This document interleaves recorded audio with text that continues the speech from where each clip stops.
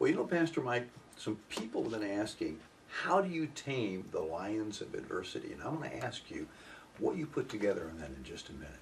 This is Hope Worth Having, and we're so glad you joined us. We want to encourage you to visit our website at www.hopeworthhaving.com and check out some of the different CD series that Pastor Mike Sanders has available. Pastor Mike is the senior pastor of the Open Door Church, and you've been the senior pastor for 7 years. 8 years now. 7. 7? Well, it seems like 8. But anyway, he's preached a lot of sermons, and he's put together some really good CD series. So right now, let's take a minute and address this topic today that's been thrown out at us. Well, adversity is a part of our life, and God uses adversity to shape our life. He uses it to manifest whether we have genuine faith. And I tell people, when you're going through adversity, it reveals whether your faith is authentic, but it also is the building of your character. And so one of the things we see in Daniel's life was that even in the midst of his adversity, he was able to overcome and conquer.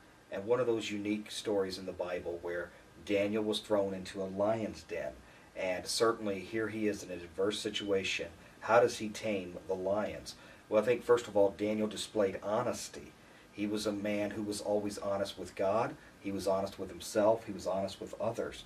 And we have to always be honest in every circumstance. Daniel refused to lie and to lie about his situation and his circumstances. Second thing is that Daniel was consistent. You know, Daniel was one of those guys that he had goals and he had disciplines, and he was always, doing the right thing at the right time. And so he was a faithful person. Mm-hmm. And that's what we mean by being consistent. And then he maintained his devotion to God.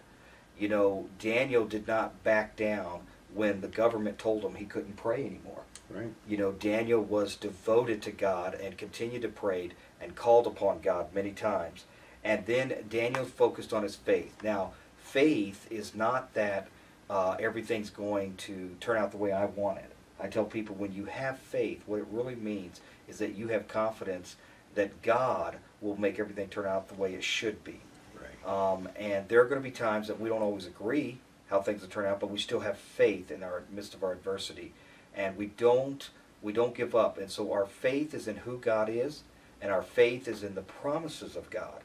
I was listening to Warren Rearsby just the other day on the radio, and he said that we don't live by explanations, but we live by God's promises. Isn't that great? That's good. And so that's what faith is all about, is that I have faith in the promises of God, and I have faith in the character of who God is. And I know that because he loves me, because he's sovereign and in control, that he is going to work out everything together for my good and his glory. Now, that doesn't mean everything in my life is going to be good, but God has the ability to flip even my most adverse situations and make them and we want to remind you that for my good and towards my good and making me more like Jesus Christ. And that's what we want to remember. You know, Pastor Mike is expounded upon this in a CD series called How to Stand Up in a Sit-Down World. It's about the book of Daniel. It's quite an extensive collection of information that you probably want to get a hold of, and that's available through our website at www.hopeworthhaving.com.